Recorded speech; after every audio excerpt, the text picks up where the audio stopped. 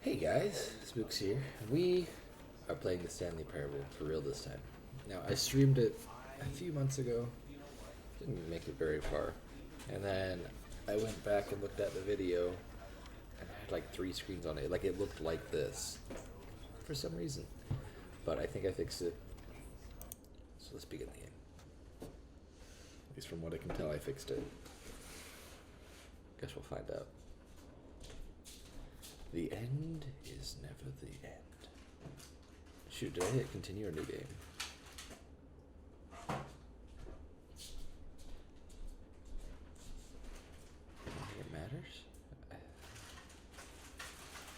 This is the story of a man named Stanley. Stanley worked for a company in a big building where he was employee number 427. It's like my real life. Employee number 427's job was simple. He sat at his desk in room 427 and he pushed buttons on a keyboard. Orders came to him through a monitor on his desk, telling him what buttons to push, how long to push them, and in what order. This is what employee 427 did every day of every month of every year. That sounds And although absolutely others awesome. might have considered it soul-ending, Stanley relished every moment that the orders came in, as though he had been made exactly for this job. And Stanley was happy. Turn this up a little bit for my And then one day, ears. something very peculiar happened. Something that would forever change Stanley. Something he would never quite forget. He had been at his desk for nearly an hour when he realized that not one single order had arrived on the monitor for him to follow. How does it take you No an hour one had to showed realize up to that? give him instructions, call a meeting, or even say hi. Never in all his years at the company had this happened, this complete isolation. Something was very clearly wrong. Shocked, frozen solid, Stanley found himself unable to move for the longest time. But as he came to his wits and regained his senses, he got up from his desk and stepped out of his office. All of his co-workers were I do remember gone. there was something What strange could with it these be? computers. Stanley decided to go to the meeting room. Perhaps he had simply missed a memo. Turn them all off. I think something happens. I don't know. I never actually successfully did that. So then there's one that's like wait for orders or do such and such. Yeah, this one. Okay, so the username was access. Hello? Anybody home?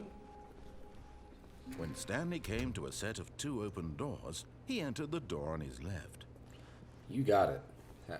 This was not the Cupid. correct way to the meeting room, and Stanley knew it perfectly well. Perhaps he wanted to stop by the employee lounge first, just to admire it.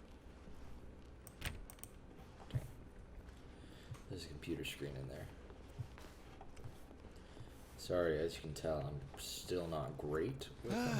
Yes, truly a room worth admiring. It had really been This is a worth nice the employee detour lounge. after all, just to spend a few moments here in this immaculate, beautifully constructed room. Stanley simply stood here, drinking it all in. But eager to get back to business, Stanley took the first open door on his left. No. No, he didn't.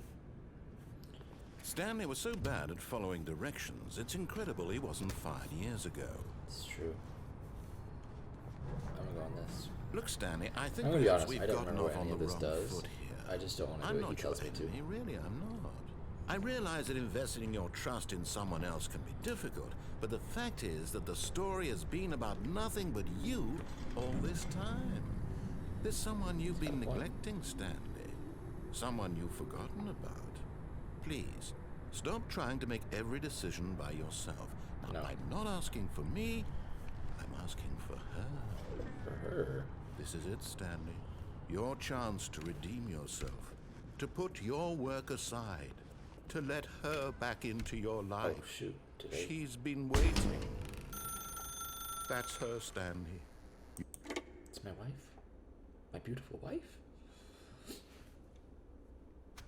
That wife? Oh, Stanley, is that you?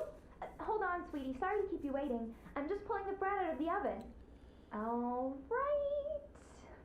Okay, there we go. All right, now, I want you to come in and tell me all about Your damn. Gotcha. Oh, come on. Kind of a Did you dick. actually think you had a loving wife who'd want to commit their life to you? I'm trying to make a point here, Stanley. I'm trying to get you to see something.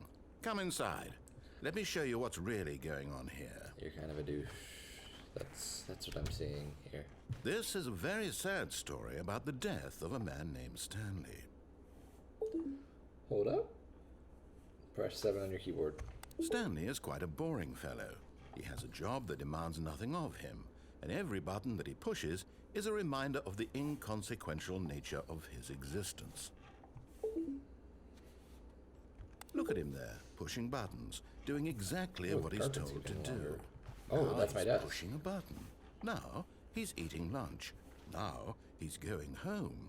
Now he's coming back to work. He's kind of One a might dick. even feel sorry for him, except that he's chosen this life. But in his mind, he can go on fantastic adventures. From behind his desk, Stanley dreamed of wild expeditions into the unknown, Like having a wife. fantastic discoveries of new lands. It was wonderful. And each day that he returned to work was a reminder that none of it would ever happen to him. Sorry, making sure that... And so he began to fantasize about his own job. Dang it. First, he imagined that one Making day sure that while at the work, he stepped up from his screen is desk actually to realize that capturing all of everything his co-workers, his and not boss, being all messed up. everyone in the building had suddenly vanished off the face of the earth. The thought excited him terribly. I would spend time with the boys. So he went further. He imagined I that he wanna came spend to time with the two boys. open doors and that he could go through either. At last, choice. It barely even mattered what lay behind each door. The mere thought that his decisions would mean something was almost too wonderful to behold. It's all in my imagination.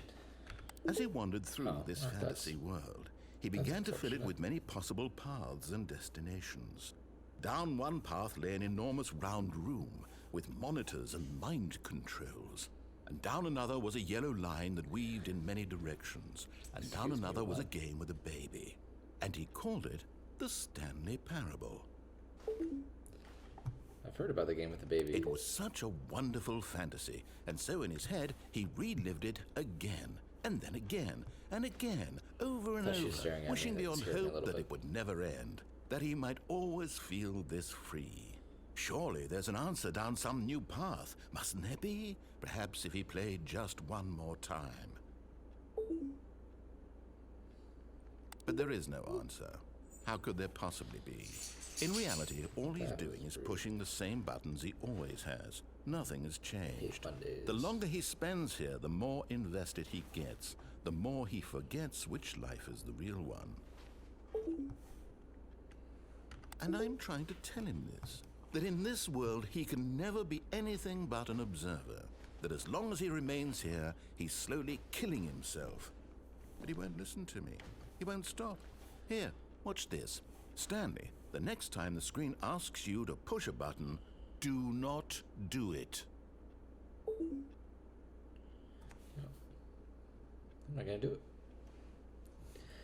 I'm gonna prove him wrong.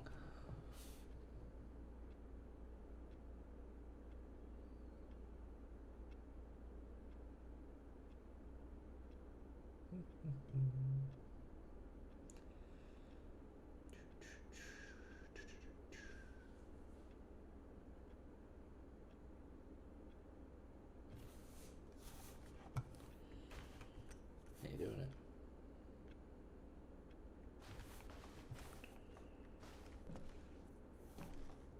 Can I not do it?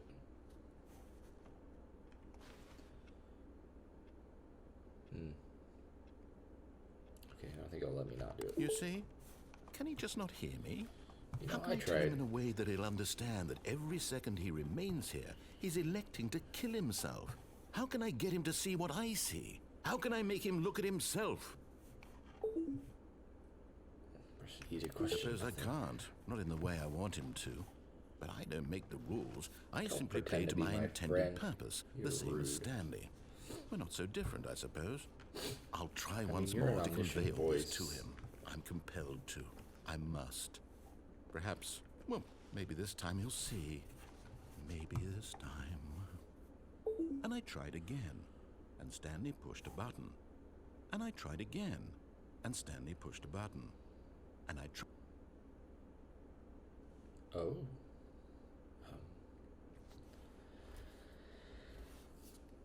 Yes, we died.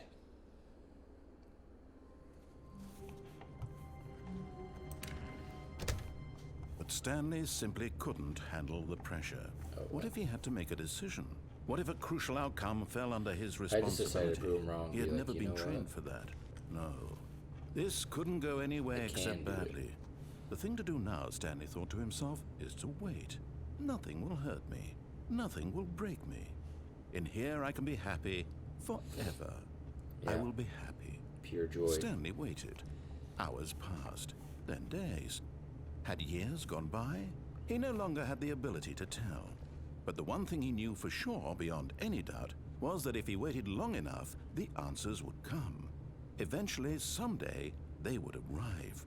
Soon, very soon now, this will end. He will be spoken to. He will be told what to do. Now it's just a little bit closer. Now it's even closer. Here it comes.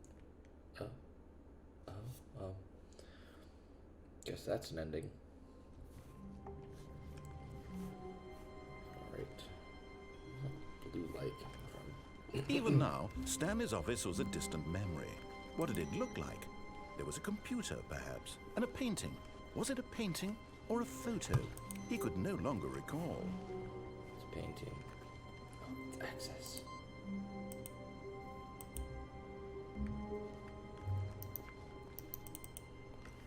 Received. Okay, so that did it once. Do I have to like go through and do that a bunch of times when I die? Because apparently that's all this game wants me to do is die. I have no idea how long this game When is. Stanley came to a set of 2 open doors, he entered the door on his left. I did for you, douchebag. Yet there was not a single person here either. Feeling a wave of disbelief, Stanley decided to go up to his boss's office, hoping he might find an answer there. Solve a dispute with a coworker. Take it out passive aggressively on other coworkers. Resent coworkers for not supporting you more and let it ball up inside of you. Using slides to assure employees that everything's okay. Make sure it has a slick blue graphic in the header and throw some bevel on all the text.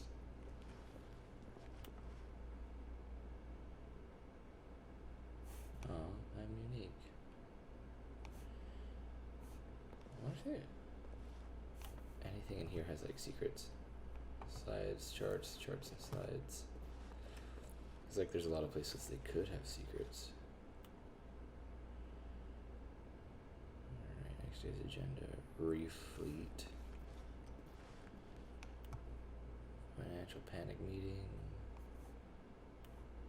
Do not alter without consulting whiteboard manager.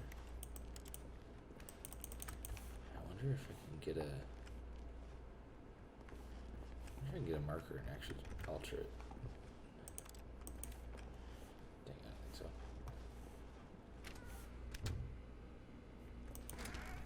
Oh!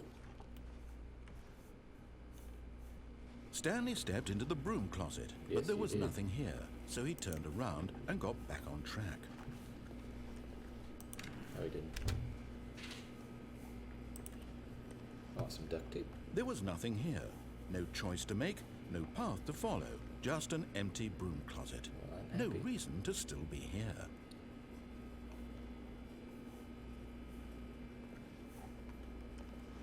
It was baffling that Stanley was still just sitting in the broom closet. He wasn't even doing anything.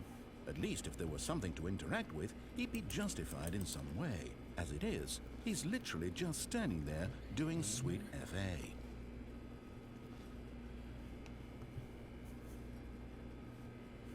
Are you really still in the broom closet? Yes. Standing around doing nothing? Yes. Why? Please offer me some explanation here. I'm genuinely confused. Because I can. I'm my own freaking person.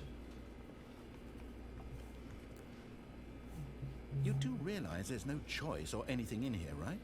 If I'd said Stanley walked past the broom closet, At least you would have had a reason for exploring it to find out. But it didn't even The doors occur just to me look because different than all the literally, other doors. this closet is of absolutely no significance to the story whatsoever.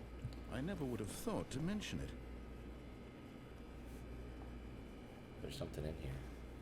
Feel it. Maybe to you this is somehow its own branching path.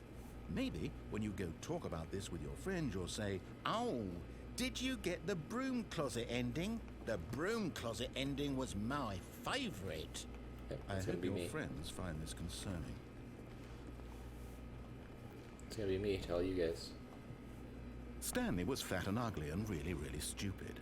He probably only got the job because of a family connection. That's how stupid he is. That or with drug money.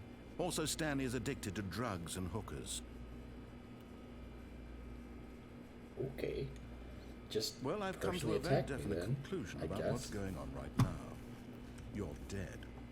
You got to this broom closet, explored it a bit, and were just about to leave because there's nothing here, when a physical malady of some sort shut down your central nervous system and you collapsed on the keyboard. Well, in a situation like this, the responsible thing is to alert someone nearby so as to ensure that your body is taken care of before it begins to decompose.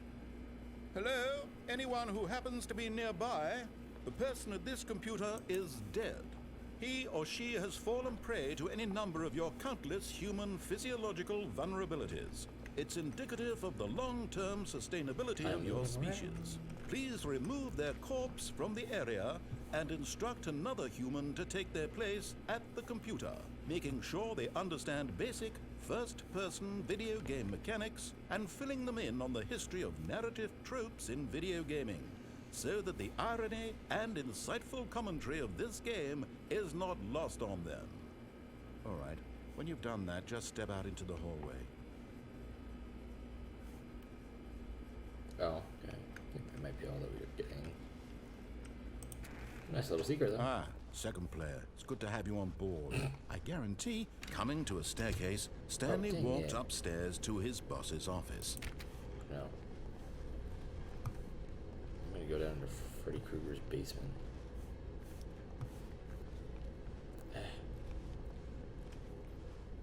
But Stanley just couldn't do it.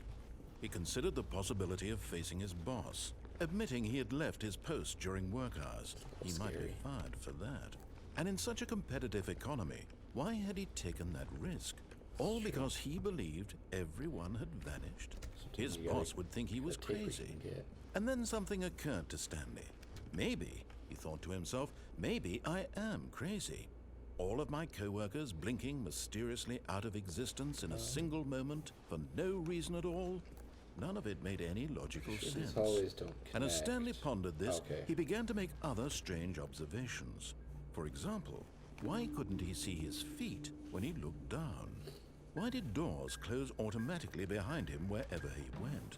And for that Stop matter, that. these rooms were starting to look pretty familiar. Were they simply repeating? They are No, repeating. Stanley said to himself, this is all too strange. This can't be real. And at last, he came to the conclusion that had been on the open it back tip of up. his tongue. He just hadn't found the words for it. I'm crazy. I'm dreaming, he yelled. This is all a dream. What a crappy dream. What a relief Stanley felt to have finally found an answer, Unless you're an a masochist explanation. and you like being His co-workers insulted. weren't actually gone. He wasn't going to lose his job. He wasn't crazy after all. And he thought to himself, I suppose I'll wake up soon. I'll have to go back to my boring real-life job pushing buttons. I may as well enjoy this while I'm still lucid. So, he imagined himself flying and began to gently float above the ground.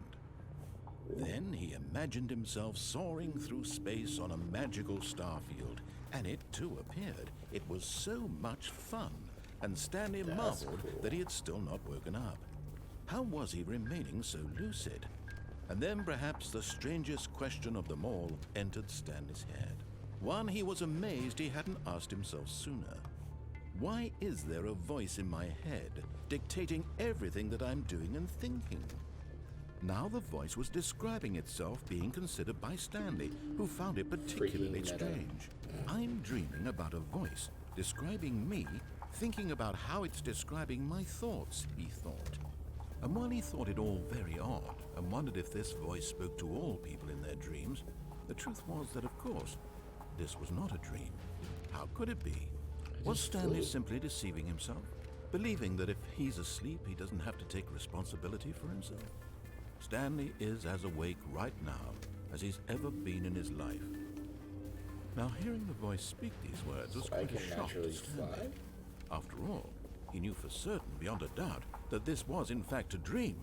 Did the voice not see him float and make the magical stars just a moment ago? How else would the voice explain all that? This voice was a part of himself too. Surely, if he could just... He would prove it. He would prove that he was in control, that this was a dream. So he closed his eyes gently, and he invited himself to wake up. He felt the cool weight of the blanket on his skin, the press of the mattress on his back, the fresh air of a world outside this one. Let me wake up, he thought to himself. I'm through with this dream. I wish it to be over. Let me go back to my job. Let me continue pushing the buttons. Please, it's all I want. I want my apartment, and my wife, and my job.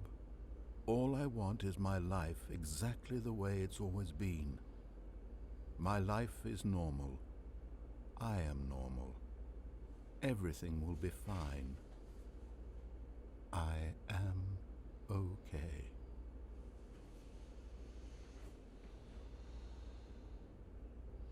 Nope, not okay. Stanley began screaming. Please, someone, wake me up. My name is Stanley. I have a boss. I have an office. I am real. Please, just someone tell me I am real. I must be real. I must be. Can anyone hear my voice? Who am I? Who am I? And everything went black. Did I die? This is the story of a woman named Mariella. Wait, hold up, what? Mariella woke up on a day like any other. She arose, got dressed, gathered her belongings, and walked to her place of work. Hey, that's But on this me. particular day, her walk was interrupted by the body of a man who had stumbled through town talking and screaming to himself, and then collapsed dead on the sidewalk. And although she would soon turn to go call for an ambulance, for just a few brief moments, she considered the strange man. He was obviously crazy. This much she knew. Everyone knows what crazy people look like. And in that moment, she thought to herself how lucky she was to be normal. I am sane. I am in control of my mind. I know what is real and what isn't. It was comforting to think this, and in a certain way, seeing this man made her feel better. But then she remembered the meeting she had scheduled for that day. The very important people whose impressions of her would affect her career, and by extension, the rest of her life. She had no time for this, so it was only a moment that she stood there, staring down at the body. And then she turned and ran. Oh. Okay. Well, that was exciting. Because that's what happens when you go downstairs. But I think that is all for right now with the Stanley Parable. So thank you guys all so much for joining me. And hope you liked it. If you did, check out some of the other games and videos that I've got up there on the YouTube. And until next time, stay spooky. Toodles!